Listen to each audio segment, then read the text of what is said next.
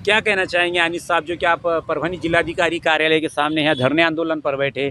क्या हुआ है आपके साथ, कैसा हादसा हुआ है? आपके जो बैंक से जो अकाउंट में से जो पैसे निकाले गए वो किस तरह से निकाले गए, पूरा डिटेल बताइए।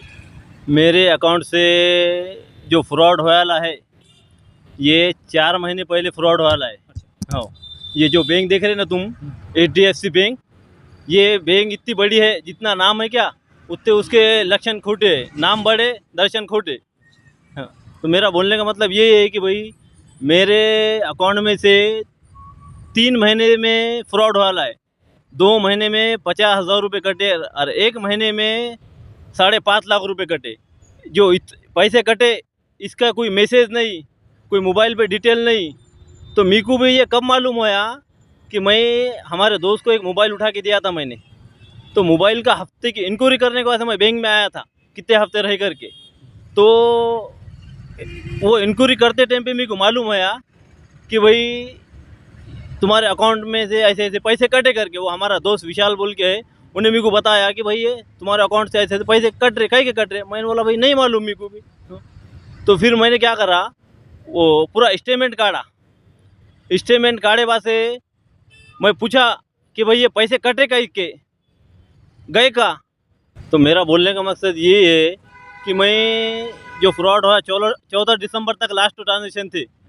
15 तारीख को मेरे को 15 दिसंबर को मालूम हुआ। मैं 16 दिसंबर को कंप्लेन करा बैंक के ज़रिए से, और साइबर से भी कंप्लेन करा। तो बैंक वालों ने कंप्लेन करे 24,000 रुपये की।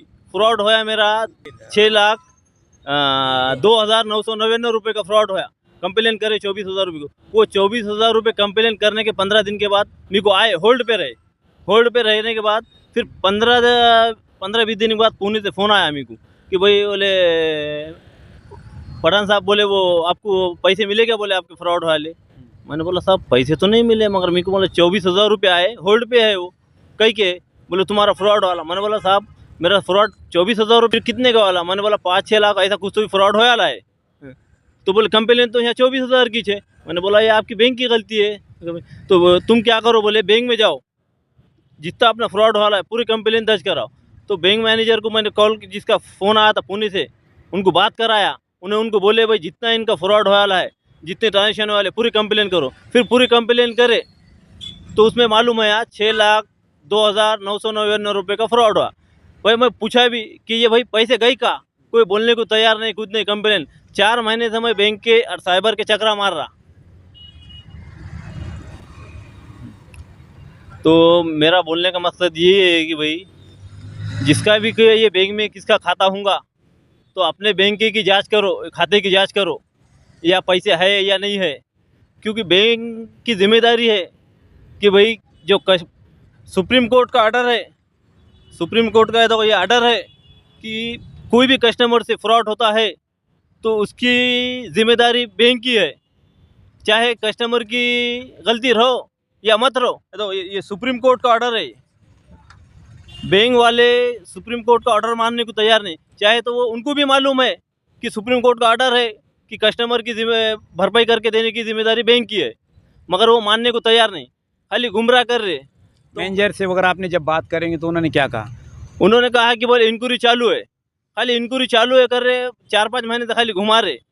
तो मैं 29 तारीख को पत्र निकाला, 29 तारीख को पत्र निकाला, कलेक्टर साहब, एसपी ऑफिस, बैंक डिपार्टमेंट को पत्र दिया कि मैं 7 तारीख को ऑपरेशन को बैठने वाला है, अमर ऑपरेशन को, कि 7 तारीख को 29 तारीख को पत्र दिया इनको। मैं 7 तारीख तक टाइम दिया निर्णय लेने का, कोई मेरे को जवाब नहीं आया। मैं 7 तारीख से यहाँ चालू करें अमर ऑपरेशन चालू करा। तो मेरा बोलने का मतलब ये है भाई कि 7 तारीख से मैं यहाँ बैठा ला है, कोई अधिकारी पूछने को तैयार नहीं है। हाँ, तो आमरण उपोषण जो आप कर रहे हैं ये कब तक चालू रहेगा आपका? ये आमरण उपोषण जब तक रहेगा, जब तक मेरे पैसे जो फ्रॉड वाला है जब तक मिलेंगे नहीं, जब तक ये आमरण उपोषण चालू रहेगा। तो ये आमरण उपोषण अभी तो मैं 1-2 दिन तक ये देखूंगा, कल तक टाइम है। कल तक ये आमरण उपोषण बैंक वाले से कुछ रिस्पॉन्स नहीं मिला तो मैं कल एक पत्र जारी करूंगा कलेक्टर साहब को, एसपी ऑफिस पे, बैंक डिपार्टमेंट को पत्र दूंगा। ये जो मंडप दिख रहा है क्या, 1-2 दिन मैंने रिजल्ट लगाया, ठीक है, न तो ये मंडप ऊपर का काट के, ये कपड़े काट के 42 डिग्री की धूप है, ये धूप में बैठूंगा और मेरे जान का कुछ होता है तो इसके जिम्मेदार ये HDFC बैंक के मैनेजर जितने भी कर्मचारी सब रहेंगे। ये अमरन उपोषण करते अनीस यूनुस खान पाथरी के आज़ाद नगर के रहने वाले, इनके बैंक HDFC बैंक से 6,02,999 रुपये बैंक से तो कट गए हैं, इन्हें पता भी नहीं है। और इनका ये कहना है कि जब तक HDFC बैंक इनके अकाउंट में ये पैसे नहीं डालती तब तक ये अमरन उपोषण जारी रहेगा। उसी के साथ उन्होंने बहुत ही ख़तरनाक बात बताई कि 2 से 3 दिन के अंदर अंदर उनके बैंक अकाउंट में है तो पैसे आ जाने चाहिए, अगर नहीं आते हैं तो ये जो शामियाना जो मंडप आप देख रहे हैं छाँव में है जिसके अंदर वो बैठे हैं, उन्होंने ये कहा कि तब तपाती हुई धूप में इस शामियाने को, इस मंडप को निकाला जाएगा। उनके बदन के ऊपर के कपड़े निकालकर अंडर पैंट के ऊपर बैठते हुए 42 डिग्री सेल्सियस के धूप में वो बैठेंगे और उनके ज़िंदगी का, उनके जान का अगर कुछ ऊंच या नीच होता है तो उसका जिम्मेदार सिर्फ और सिर्फ HDFC बैंक के कर्मचारी, अधिकारी और उसके व्यवस्थापक रहेंगे। ऐसी उन्होंने तप तपाती हुई धूप में बैठने की बात कही और इसका जिम्मेदार HDFC बैंक को कहा है।